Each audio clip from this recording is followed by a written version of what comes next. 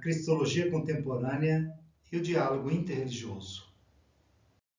O mundo sempre foi plural, do ponto de vista social, político, econômico, cultural e religioso.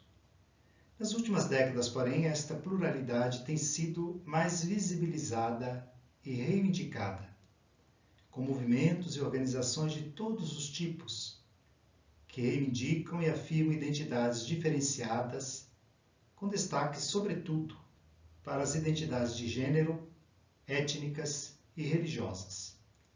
Trata-se de lutas por reconhecimento, que em muitos casos dão origem a conflitos, podendo gerar violências e até mesmo guerras. As lutas por reconhecimento envolvem amplos setores das sociedades contemporâneas, incluindo as religiões, e entre elas as cristãs.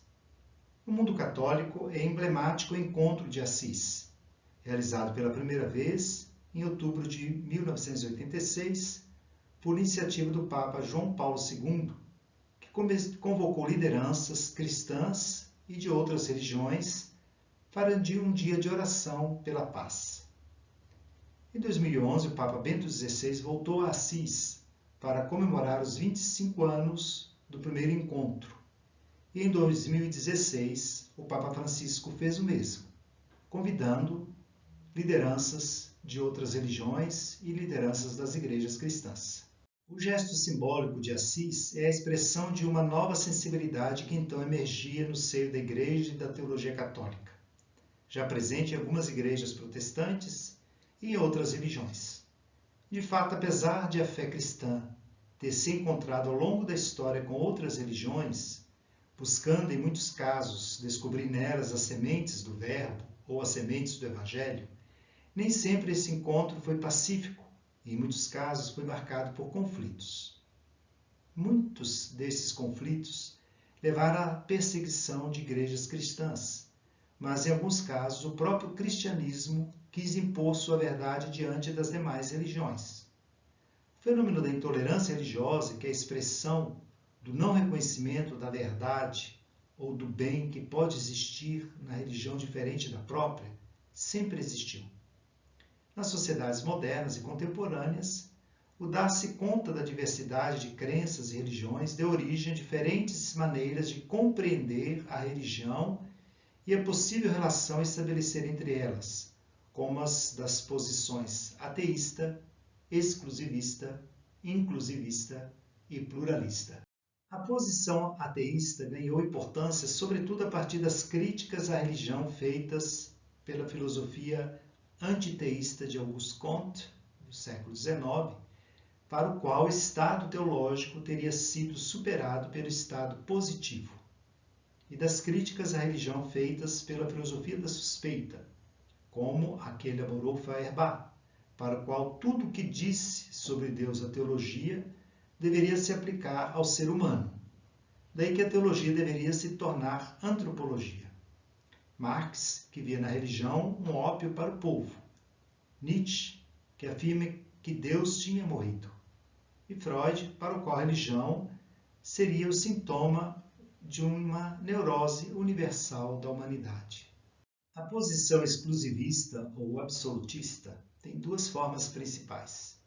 Uma católica, elaborada a partir do axioma extra ecclesia nulla salus, ou seja, fora da igreja não há salvação, de São Cipriano de Cartago, confirmado pelo Concílio de Florença. Outra protestante, que encontrou na teologia de Karl Barth, um dos maiores teólogos do século XX, uma nova formulação, extra Christus nulla salus, ou seja, a revelação em Jesus Cristo é a única fonte de conhecimento seguro sobre o Deus único, Senhor sobre todos os muitos deuses da imaginação religiosa. No decorrer do Concílio Vaticano II e no período que se seguiu, o debate sobre a salvação nas outras religiões ganhou grande relevância, através do assim chamado inclusivismo teológico, com duas grandes tendências, a da realização ou acabamento e a da presença de Cristo nas religiões. A primeira tendência, elaborada por Jean Daniel Leroux, Henri de Lubac, Urs von Balthasar e assumida pelo Papa Paulo VI no Evangelho Anunciante, vê nas diversas religiões da humanidade uma expressão do desejo inato do ser humano pelo mundo divino. Esse desejo levaria o ser humano a criar sinais, símbolos, ritos e mitos para expressá-lo. A teoria da religião natural, desenvolvida nos séculos precedentes, dava sustentação teórica a esse tipo de leitura, para a qual a realização máxima do desejo do ser humano pelo infinito teria se dado em Jesus Cristo e no cristianismo. Por isso que para muitos filósofos do século XIX, o cristianismo seria a religião absoluta. A relação entre as diferentes religiões da humanidade, o cristianismo, seria então a da relação entre o parcial e o pleno, o inconsciente e o consciente, o provisório e o definitivo. No fundo, nesta tendência, o cristianismo era visto como a única religião verdadeira e as demais religiões como caminhos rumo ao caminho verdadeiro do cristianismo, ou na medida em que participam da verdade do cristianismo. Elas seriam preparação para o Evangelho. Para a segunda tendência, elaborada pelo teólogo alemão Karl Rahner, as tradições religiosas da humanidade carregam valores soteriológicos positivos. Por isso, elas podem mediar a salvação de seus adeptos, pois nelas e por meio delas se dá a presença operativa salvífica de Jesus Cristo e de seu mistério, mesmo sem que seus adeptos o saibam e nunca tenham ouvido falar dele. Essa presença não conscientemente conhecida de Cristo nas religiões levou a teoria de Rahner a ser conhecida como teoria do cristão anônimo, que despertou muitas críticas e várias tomadas de posição. Para alguns teólogos, por exemplo, ela inviabilizaria o diálogo com outras religiões, já que o Cristo seria a verdade por excelência. Outros pensam que ela poderia ser salva, por isso eles afinam a proposta de Rahner.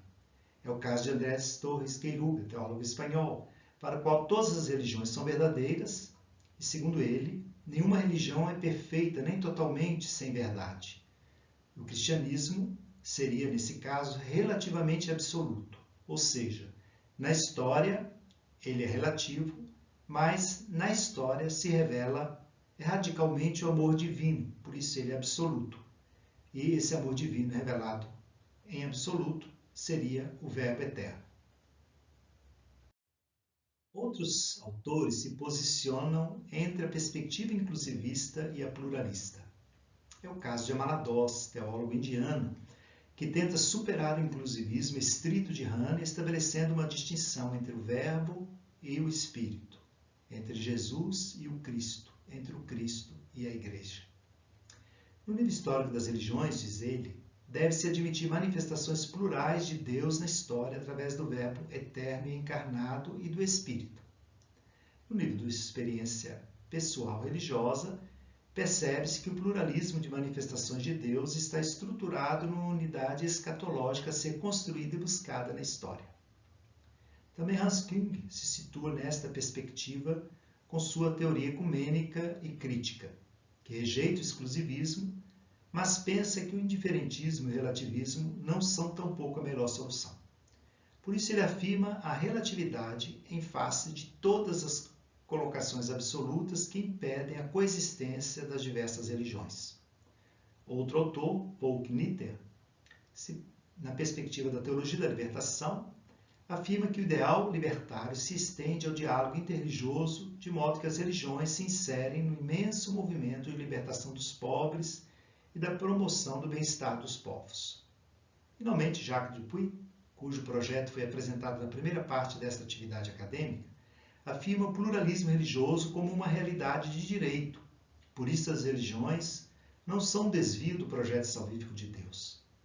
Para evitar o inclusivismo e o pluralismo, ele propõe uma teologia trinitária, que busca pensar o insubstituível evento Cristo no projeto salvífico de Deus em relação com a revelação divina por meio do Verbo e do Espírito. A vida divina, segundo o teólogo belga, se irradia e legitima os percursos convergentes, orientados à única meta do mistério, que é Deus. Insatisfeitos com a posição inclusivista, outros teólogos propuseram o deslocamento do Cristo do centro das religiões para se colocar ao lado delas. elaborando a perspectiva chamada de pluralista. Para eles, Deus ocupa o centro do debate e a cristologia não pode ser normativa. Pluralismo, mais que problema, é visto como um valor. Seus defensores, dentre os quais se destacam John Hick, Rosemary Ritter e José Maria Vigil, partem do desejo do diálogo com as religiões e de uma crítica à teologia colonialista, presente, segundo eles, na teologia da missão dos cristãos. Os defensores do pluralismo levam o caminho feito pelo inclusivismo ao seu extremo. Mais que a fé, o que importa no caminho para o diálogo é o amor, pois ele é mais misericordioso do que a fé, propensa à intransigência. O centro dos debates passa então a ser Deus como mistério. Por isso, para a teologia pluralista, todas as religiões são igualmente verdadeiras, e por isso são caminhos igualmente válidos para o absoluto, não conduzindo a um único topo, o cristianismo, mas se entrecruzando. Nelas se dão manifestações equivalentes em seu teor de salvação e de verdade. A diversidade nasce dos diferentes contextos culturais em que se tematiza e se concretiza a experiência do divino. Neste sentido, Cristo é o caminho para os cristãos, Buda para os budistas, Krishna e Rama para os hindus, Alá para os muçulmanos. O magistério da Igreja Católica se pronunciou sobre as religiões e a possibilidade de salvação fora do cristianismo, tanto em alguns textos do Concílio Vaticano II, como os decretos Nostra Aetate, Ad Gentes, a Declaração Dignitatis Humanae, a Constituição Gaudium et Spes, quanto no magistério dos papas Paulo VI, na Exortação Apostólica Evangelii Nuntiandi, João Paulo II, os documentos Diálogo e Missão, Diálogo e Anúncio, a encíclica Redemptoris Missio, e nas iniciativas de oração pela paz em Assis, os vários pronunciamentos dos papas João Paulo II, Bento XVI e Francisco, sobre o valor do diálogo e a contribuição de cada religião na busca e na promoção da justiça e da paz. Convido você a ler o material proposto para esse início dessa etapa e que você possa encontrar todos os conteúdos necessários para aprofundar esse tema muito importante na discussão sobre a cristologia na atualidade.